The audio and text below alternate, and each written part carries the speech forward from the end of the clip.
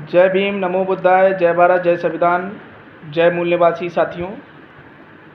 मैं सुमित कुमार दोहरे ज़िला औरैया का निवासी हूँ और मैंने स्नातक और परास्नातक मैंने इलाहाबाद विश्वविद्यालय के प्रांगण में किया और 2014 में इलाहाबाद विश्वविद्यालय के प्रांगण में छात्र हितों के लिए छात्र संघ का चुनाव भी मैंने लड़ा, क्योंकि छात्र हितों की समस्याओं को लेकर इलाहाबाद के कैंपस में बहुत सारी अराजकताएं फैली हुई थी, जिसको मद्देनज़र रखते हुए उन सभी समस्याओं को अपने छात्र हितों के सम्मान के लिए मैं वहाँ पे लड़ा।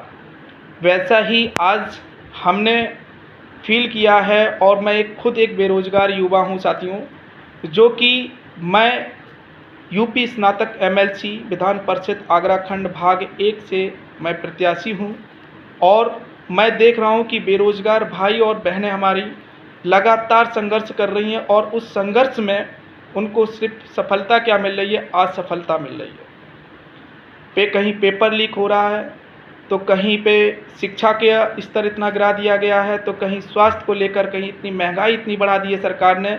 सरकार कहती है कि हमारे पास में डबल इंजन की सरकार है, जो कि डबल इंजन की सरकार कर क्या रही है, हम बेरोज़गार युवाओं के ऊपर अत्याचार कर रही है।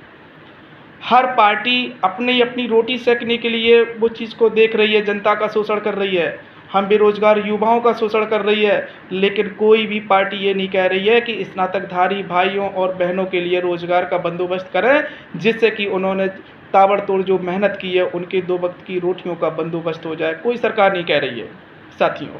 आज हम लोगों के पास में वो समस्या पैदा हो रही है, दिन प्रतिदिन समस्या पैदा होती चली जा रही है कि शिक्षा का स्तर तो एकदम इन्होंने गिरा ही दिया है, बेरोज़गारी का भी वो चीज़ को गिराते चले जा रहे हैं। कभी कोई मंत्री हम लोगों को कॉकरोच बोलता है, तो कोई मंत्री कहता है कि ये कीड़े मकोड़े हैं, इन लोगों को रोज़गार देने का मतलब है कि ये हमारी बराबरी पे बैठ जाएंगे।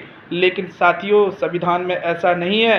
संविधान सभी के लिए बराबर है और संविधान सबका हिसाब करेगी। और इन जो डबल इंजन की जो सरकार जो कहते हैं अपने आप को, इनको भी हम जैसे स्नातकधारी बेरोजगार युवा इनको बता देंगे, अब समय आ चुका है मेरे भाइयों और बहनों, अपना अधिकार मांगने के लिए हम सभी लोगों को एकत्र होकर रोड पर आना पड़ेगा। अधिकार कभी मांगने से नहीं मिलेगा, छीनना पड़ेगा और इस अधिकार को छीनने के लिए जज्बात हम लोगों को लाने पड़ेंगे साथियों, क्योंकि बेरोज़गार युवा अब त्रस्त हो चुका है। कभी कोचिंगों को लेकर मुद्दे उठते हैं, तो कभी कोई ना कोई एक कारण बनाकर हम लोगों की वैकेंसियों पर रोक लगा दी जाती है और हम लोग कैसे पैसा अरेंज करके और उस वैकेंसी को भरते हैं। उस वैकेंसी से किसको फ़ायदा होता है? सरकार उस पे फ़ायदा कर लेती है, ब्याज भी कमाती है सरकार, और लेकिन हम लोगों के लिए क्या देती है? सिर्फ नाकामी देती है।